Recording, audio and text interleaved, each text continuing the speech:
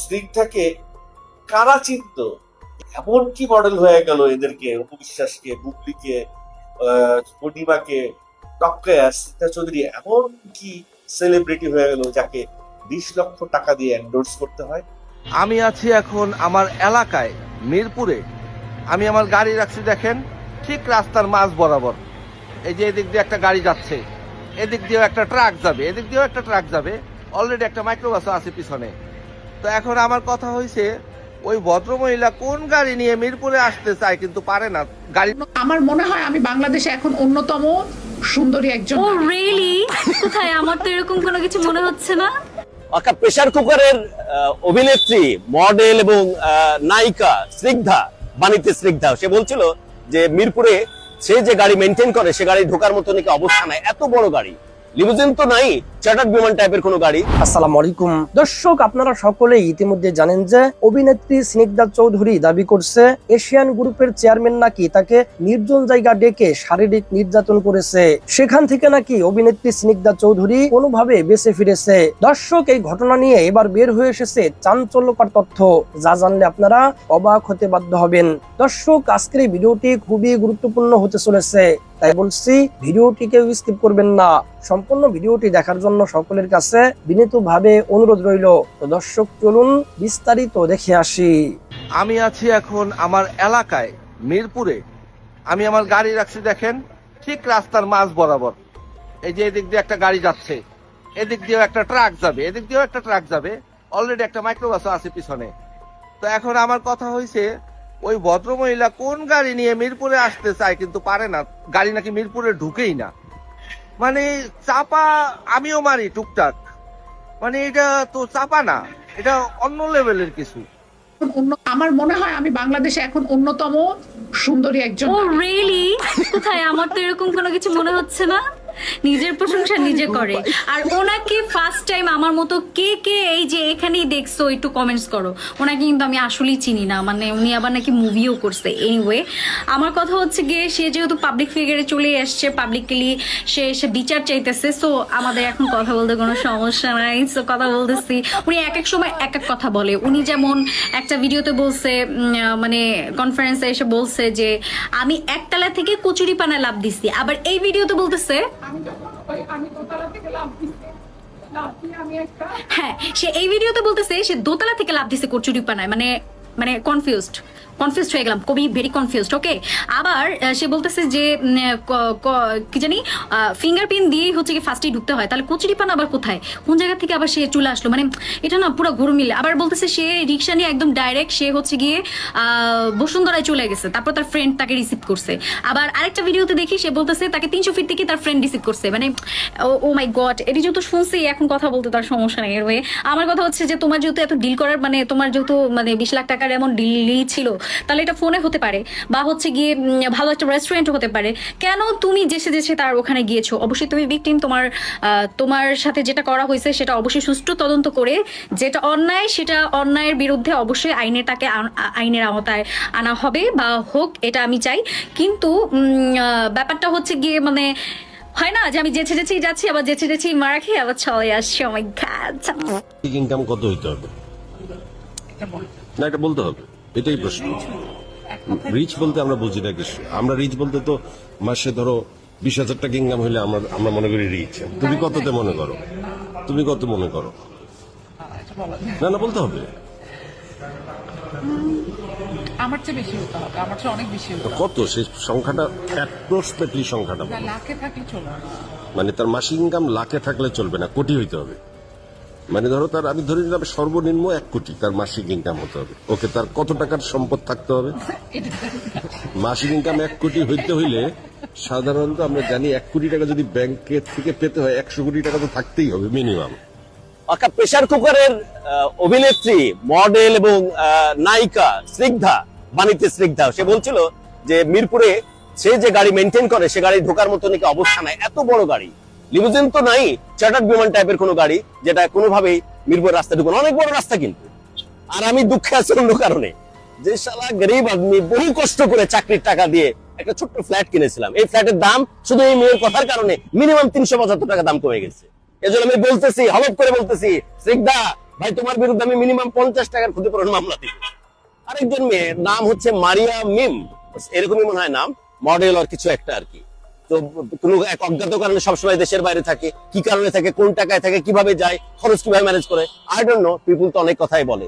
এই বাণীতে মারিয়া মিম বলছিল যে বাংলাদেশে নাকি তার থাকতে ভালো লাগে না, তার পছন্দ ইউরোপ, স্পেশালি ইউরোপে থাকতে তার ভালো লাগে।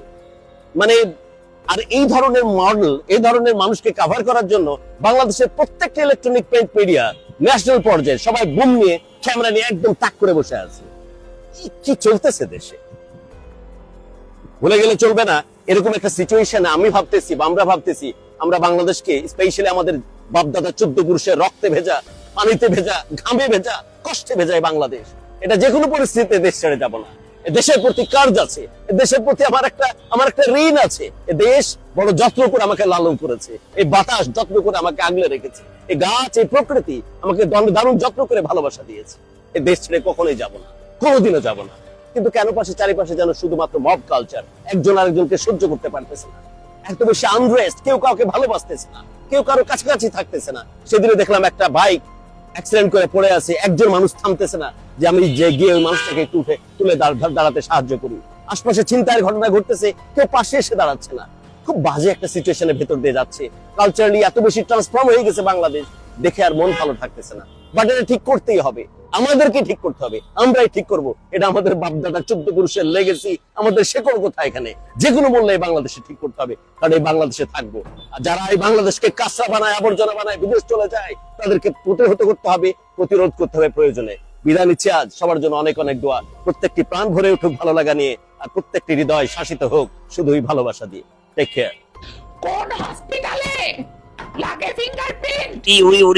কষা ধরে গেছে, কষা ধরে গেছে, কষা ধরে গেছে। ফিঙ্গারের কথায় পরে আসি, আগে তার পরিচয়টা শুনি। আমি ইংলিশ মিডিয়ামের স্টুডেন্ট। সেই ইংলিশ মিডিয়ামের স্টুডেন্ট, তার কিছু ইংলিশের কথোপকথন শুনি। যার কথা বলার অ্যাবিলিটি নাই। I am educated. অসাধারণ। সে বাংলাদেশে কি করে? সে থাকবে Tom Cruise, Donald Trump, Johnny সুগারের পাশে। আমি একজন অভিনেতা। সে অভিনেতা, একের ভিতর দুই, বহু গুণে গুণান্বিত, অনন্যা অনন্যা, অ্যাডলব খানের সঙ্গী, দুয়ে দুয়ে চার, একেবারে মিলে গেছে খাপে খাপ। কোনো সমস্যা নাই, দুইটা ফিলই নিতে পারবেন। আমি একটা গাড়ি মেইনটেইন করি, এমন গাড়ি যেই গাড়ি মিরপুরে ঢুকবেই না। বাহ বাহ বাহ। ওইটা কি গাড়ি নাকি কার্গো প্লেন যে মিরপুরে ওনার গাড়ি ঢুকিই না? তা বনানীতে চলে কিভাবে? ওনার গাড়ি বনানীতে পাংখা লাগায়া চালায়। যাই হোক, ব্যাপারটা ওইখানে না, উনি পাংখা লাগায়া চালাক না উনি মাথায় নিয়ে গাড়ি চালাক, ওনার ব্যাপার। ওনার গাড়ি মিরপুরে ঢুকিই না, ব্যাপার হয়েছে এইখানে। তো কত বিরাট বড় জমিদারের কন্যা সে, তো সে এত টাকা কোথায় পাইলো? বাংলাদেশে মডেলিং কইরা আর 2-4টা সিনেমার সাইড ক্যারেক্টার অভিনয় কইরা তারপর এমন গাড়ি ব্যবহার করে, সেই গাড়ি মিরপুরের রাস্তায় ঢুকি না। ওরে বাবা রে বাবা, ভয় পাইছি। ওরে ওরে ওরে ওরে ওরে, কষা ধরে গেছে, কষা ধরে গেছে, কষা ধরে গেছে। তো দর্শক, চলুন আরো একটি গুরুত্বপূর্ণ ভিডিও দেখে আসি। আসসালামু দর্শক, নায়িকা স্নিগ্ধা চৌধুরীর ঘটনায় কেঁচো খুঁড়তে সাপ বেরিয়ে আসছে। কেন এই কথা বললাম, এই বিষয়টা নিয়ে চলেন একটু বিস্তারিত আলোচনা করি। তার আগে কিছু জিনিস পয়েন্ট আউট করে নিই। প্রথম যে বিষয়টি, সেটি হলো ইমন রহস্য। দ্বিতীয় যে বিষয়টি, সেটি হলো নায়িকার গাড়ি রহস্য। তৃতীয় যে বিষয়টি, সেটি হলো নায়িকার বয়ফ্রেন্ড রহস্য। ইমন, গাড়ি, বয়ফ্রেন্ড, এই 3টি রহস্য ছাড়াও আরো অনেকগুলো রহস্য আছে, সেগুলো আলোচনা করব। সেই রহস্যগুলোর মধ্যে জেবা রহস্য এবং নজরুলের জামিন এবং নজরুলের যে চাকরি করে যে মেয়েটি, ওর নাম হচ্ছে সামিয়া সুলতানা। সামিয়া সুলতানা রহস্য একে একে চলেন আলাপ। প্রথম কথা হচ্ছে গিয়ে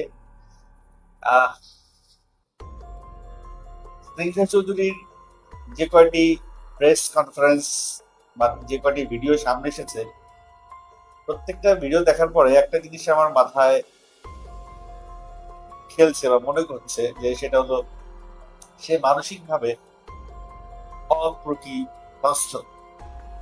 অর্থাৎ কেউ যখন নেশাগ্রস্ত হয়ে যায় বা নেশা করে, ড্রাগ নেয়, তখন দেখবেন তারা একই জিনিস বারবার রিপিট করে, এক কথা 2 বার 3 বার 4 বার বলে। তো স্নেহা চৌধুরীর প্রত্যেকটা ইন্টারভিউতে আমি অনেকগুলো কথাই দেখলাম সে 2 বার 3 বার করেও বলছে, এবং তার পেছনে স্নিগ্ধা একটা যুক্তিও দেখিয়েছে। নজরুলের অফিসে স্নিগ্ধাকে কফির সঙ্গে তাকে ড্রাগ মিশিয়ে খাওয়ানো হয়েছে, এবং সেখানে নাকি হেরোইন এবং কোকেন একসঙ্গে মিক্স করে খাওয়ানো হয়েছে। এখানে একটা প্রশ্ন জাগে যে হেরোইন এবং কোকেন স্নিগ্ধা চৌধুরী কি আগে থেকে চিনতো বা জানতো, সে কি করে বুঝতো? এটারও একটা উত্তর নায়িকা দিয়েছে, তার ইউরিনে ড্রাগের আলামত আসছে, এটা সে একটা ইন্টারভিউতে বলছে। হয়তো সেই আলামতের হেরোইন এবং কোকেনের উপস্থিতি উল্লেখ হয়েছে। আর কথা হচ্ছে যে নজরুল যেই ধরনের লোক, তার কাছে হেরোইন এবং কোকেন থাকাটা অসম্ভব কিছু না, তার বিষয়ে যে রিপোর্ট আসছে সেই বিষয় থেকে। এখন প্রথমে যে বিষয়টা নিয়ে আলোচনা করতে চাইছিলাম, তার আগে ক্ষুদ্র ক্ষুদ্র একটা বিষয় নিয়ে আলোচনা করছি। এবং আরো একটি বিষয়, সেটা হলো গিয়ে যে একটা লোক তার বউরে চিনতে পারে না। এটা নিয়ে নজরুলের বিষয়টা যখন আলাপ করবো তখন বিস্তারিত আলাপ করবো, মানে এই কোশ্চেনটা সামনে আসলো। যাই হোক, চলেন বিস্তারিত আলোচনায় চলে যাই। এখন ইমন ছেলেটা একটা সিটিং করায় দিয়ে 1 লাখ টাকা কমিশন নেয়। এই ইমন ছেলেটা, ইমন নামের যে কয়টা মানুষ আছে বাংলাদেশে, সবার বদনাম করে দিত। এই ইমন নামটার জন্য গত কয়েকদিন ইমন নামে মিডিয়াতে যারা যারা আছে তারা খুব অস্বস্তিতে ভুগছিল। তারা চাইছিল যে আসল ইমন, প্রকৃত ইমন সামনে আসুক, প্রকৃত ইমনের চেহারাটা সামনে আসুক, তাহলে অন্যান্য ইমনদেরকে কেউ আর চোখে তাকাবে না। প্রকৃত ইমনের চেহারা এখনো সামনে আসে নাই, প্রকৃত ইমনের নামটা সামনে আসছে।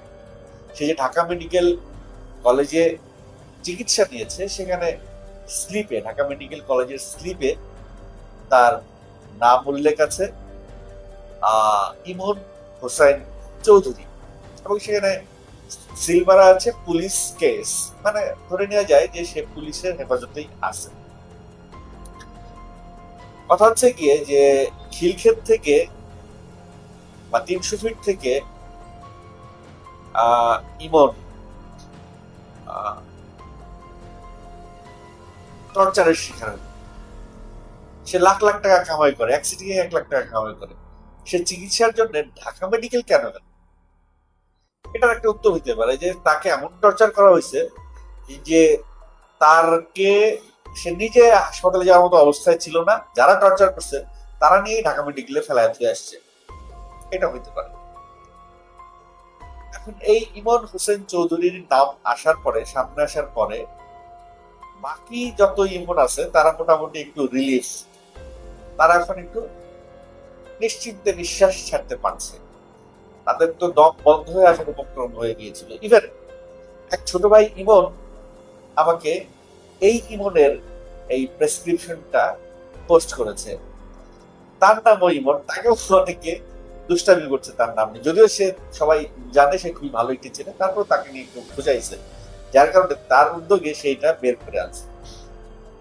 তো এখন কথা হচ্ছে গিয়ে যে এই ইমনকে জেরা করলে অনেক তথ্য বেরিয়ে আসে।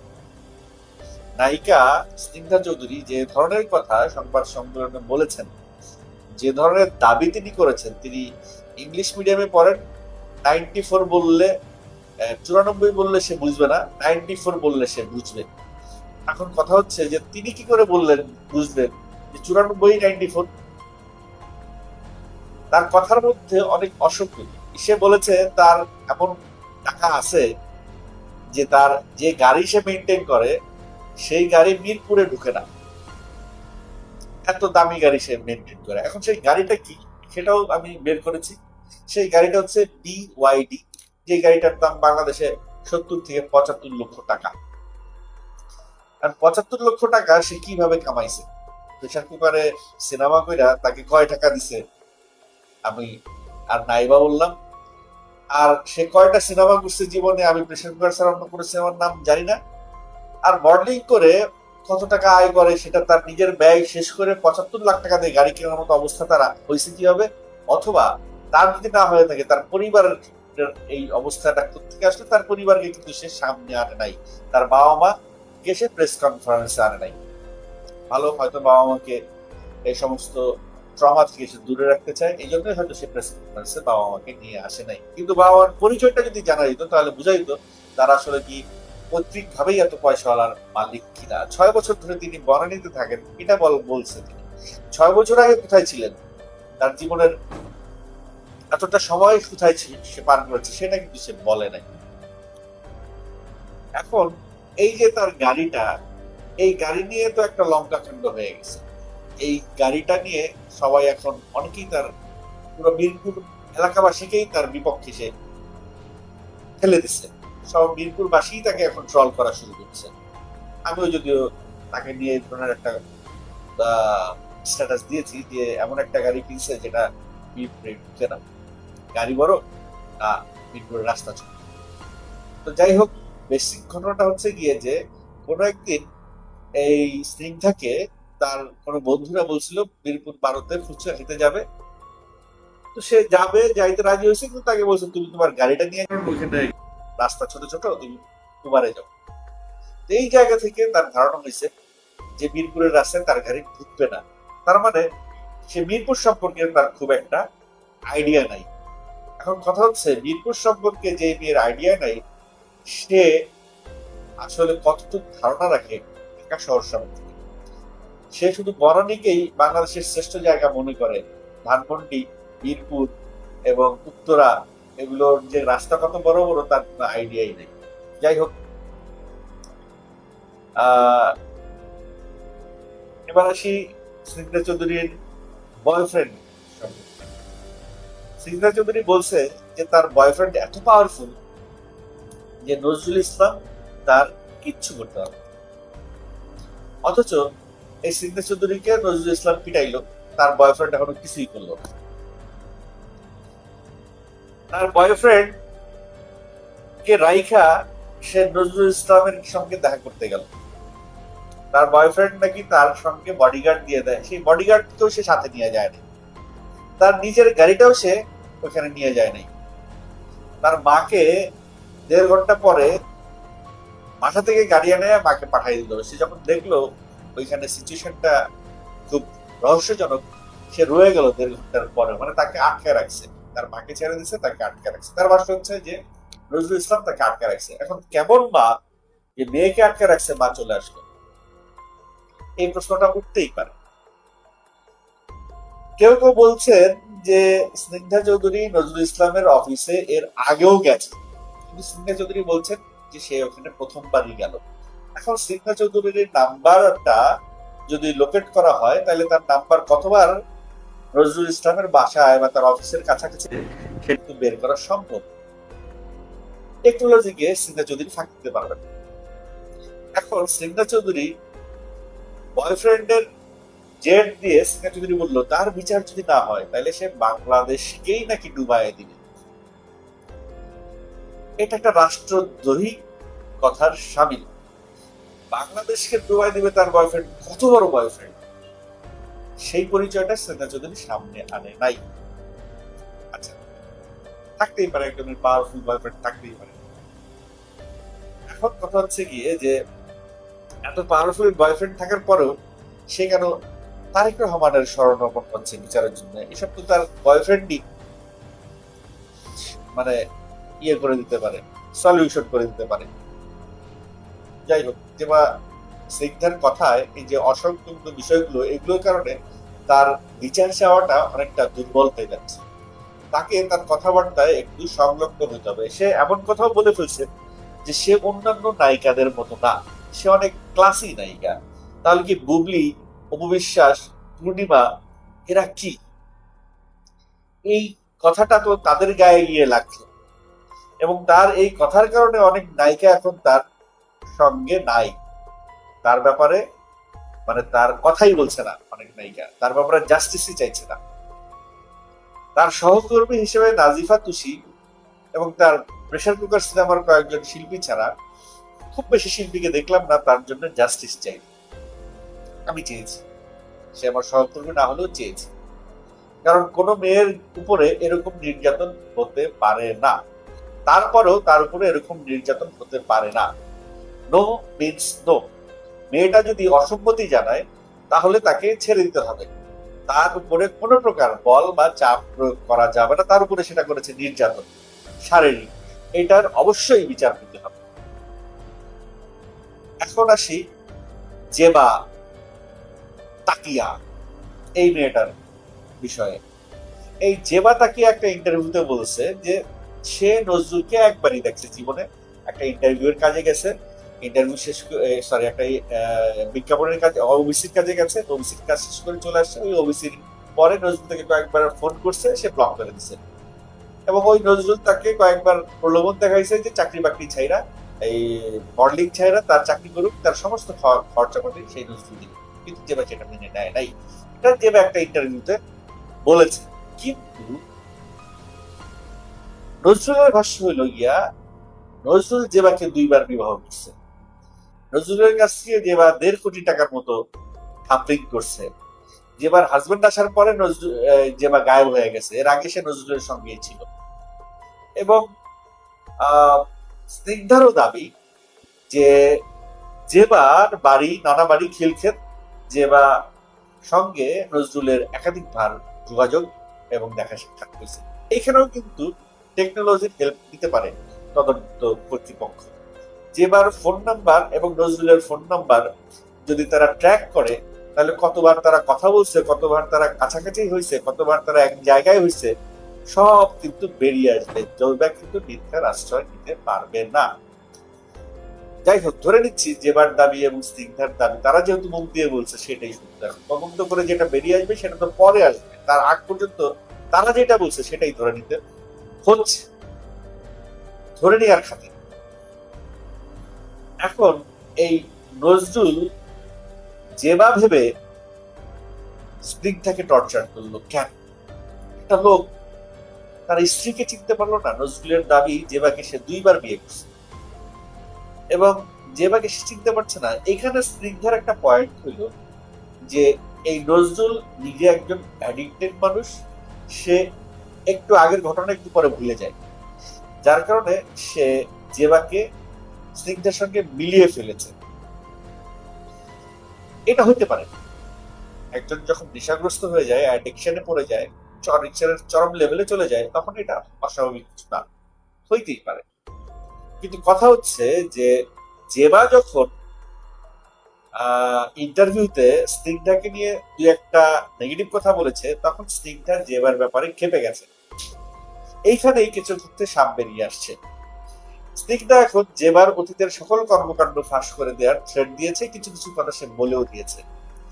সে কতগুলো ছেলের মানে স্নিগ্ধার মতে জেবার কাজই হচ্ছে ছেলেদের সঙ্গে প্রেম করা, তাদেরকে খসানো, এবং এটার জন্য তার অনেক বিচার আচার, মানে তাকে নিয়ে অনেক গসিপ, তাকে নিয়ে অনেক কিছু হয়েছে, এবং কুরআন শরীফের উপরে প্রতিজ্ঞাও করেছে জেবার ব্যাপারে। এখন জেবার উপরে স্নিগ্ধার এতটা খেপার কারণ হচ্ছে গিয়ে, এক হলো জেবা ভেবে স্নিগ্ধাকে পিটাইছে, এই পিটানোর রাগ জেবার উপর রয়ে গেছে। আর জেবা স্নিগ্ধাকে নিয়ে 2-1টা অডাসিটি করছে, 2-1টা মন্তব্য করেছে যে জেবার এক্স বয়ফ্রেন্ড, স্নিগ্ধার এক্স বয়ফ্রেন্ডরা জেবার প্রশংসা করতে বলে স্নিগ্ধা এই ধরনের কথা বলেছে। তো মূল ঘটনা হয়ে গেছে এখন এরকম যে জেবা আর স্নিগ্ধা 2জন এখন হয়ে গেছে ইগো প্রবলেমের জেরে দুজনের শত্রু হয়ে গেছে। দুজন দুজনের কে খুঁচায় 2জনের গোপন রহস্য বের করে দিচ্ছে। এখন এই নজরুল ইসলাম আবার এই স্নিগ্ধা যখন সংবাদ সম্মেলন করলো তার আগেই থানায় আত্মসমর্পণ করে জামিন নিয়ে নিছে। নজরুল ইসলামদের সঙ্গে থানায় খুব ভালো থাকে, আতাত থাকে, কারণ নজরুল ইসলামের নামে ওয়ারেন্ট থাকা সত্ত্বেও নজরুল ইসলামের পুলিশ খুঁজে পায় না। অথচ এই নজরুল ইসলামরা নির্দ্বিধায় ঘুরে বেড়ায়। এখন কথা হচ্ছে, এই নজরুল ইসলাম সিদ্ধাকে বলছে যে তারেক রহমান, সালাউদ্দিন সাহেবরা তার পায়ের কাছে এসে পড়ে থাকে, সে এতটাই ক্ষমতাধর। এখন নজরুল ইসলামের এই কথা যদি স্নিগ্ধার কথা অনুযায়ী সত্য হয়ে থাকে, তাহলে তো এটা তারেক রহমান আর সালাউদ্দিন সাহেবের প্রেস্টিজ ইস্যু হয়ে গেল, যে তারা নজরুলের পায়ে ধরে বসে থাকে। এই কথার শোনার পরে তাদের রিয়াকশনটা কি হবে, এটা কিন্তু আমার একটা দেখার বিষয় হয়ে দাঁড়িয়েছে। এখন এই নজরুল ইসলাম বলেন বা বসুন্ধরা গ্রুপ বলেন, রাশিয়ান সিটি বলেন, বড় বড় যারা ভূমিদস্যু আছে, তাদেরকে বাংলাদেশের আইন এখনো পর্যন্ত কিছু করতে পারে নাই। তারা কেমনে কেমনে জানি বাইরে হয়ে যায় ফাঁক করতে। কেউ বাংলাদেশের আইন তাদের জন্য কিছু বিষয়ই না, কারণ তাদের কাছে টাকা আছে। এখন এই নজরুল ইসলামের সঙ্গে যেই সহযোগী ওখানে ছিল বা তার যে কর্মচারী ওখানে ছিল, সামিয়া সুলতানা, সেও কিন্তু একজন মডেল। একজন মডেল হয়ে আরেকজন মডেলের এই করুণ পরিণতি নিজের চোখে দেখে সে কিছু বলছিল না, ডিউ টু সে তার চাকরি করে। এই সামিয়া সুলতানাকে যখন সাংবাদিক প্রশ্ন করেছে, সে তখন বলেছে যে আমি তো এখানে চাকরি করি, আমার ওখানে চাইতেই হয়।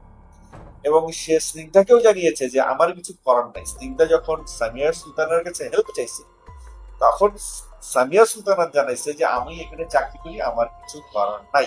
কারণ কথা হইলো, সামিয়া সুলতানার মতো মডেলরা নজরুলের ওইখানে কেন চাকরি করে? একটাই উত্তর, টাকা। টাকার জন্য অনেকেই অনেক কিছু করতে পারে। এখন আরো কয়েকটা বিষয় শেষমেশ একটু আলোচনা করতে চাই। সেটা হচ্ছে গিয়ে যে এই স্নিগ্ধা চৌধুরী এমন কি মডেল হয়ে গেল যে 20 লক্ষ টাকার নিচে সে এন্ডোর্সমেন্ট করে না। তাহলে বুবলি, অপবিশ্বাস, পূর্ণিমা এরা কত টাকা নেয়? স্নিগ্ধাকে কারা চিনত এই ঘটনার আগে? কতজন লোক চিনত?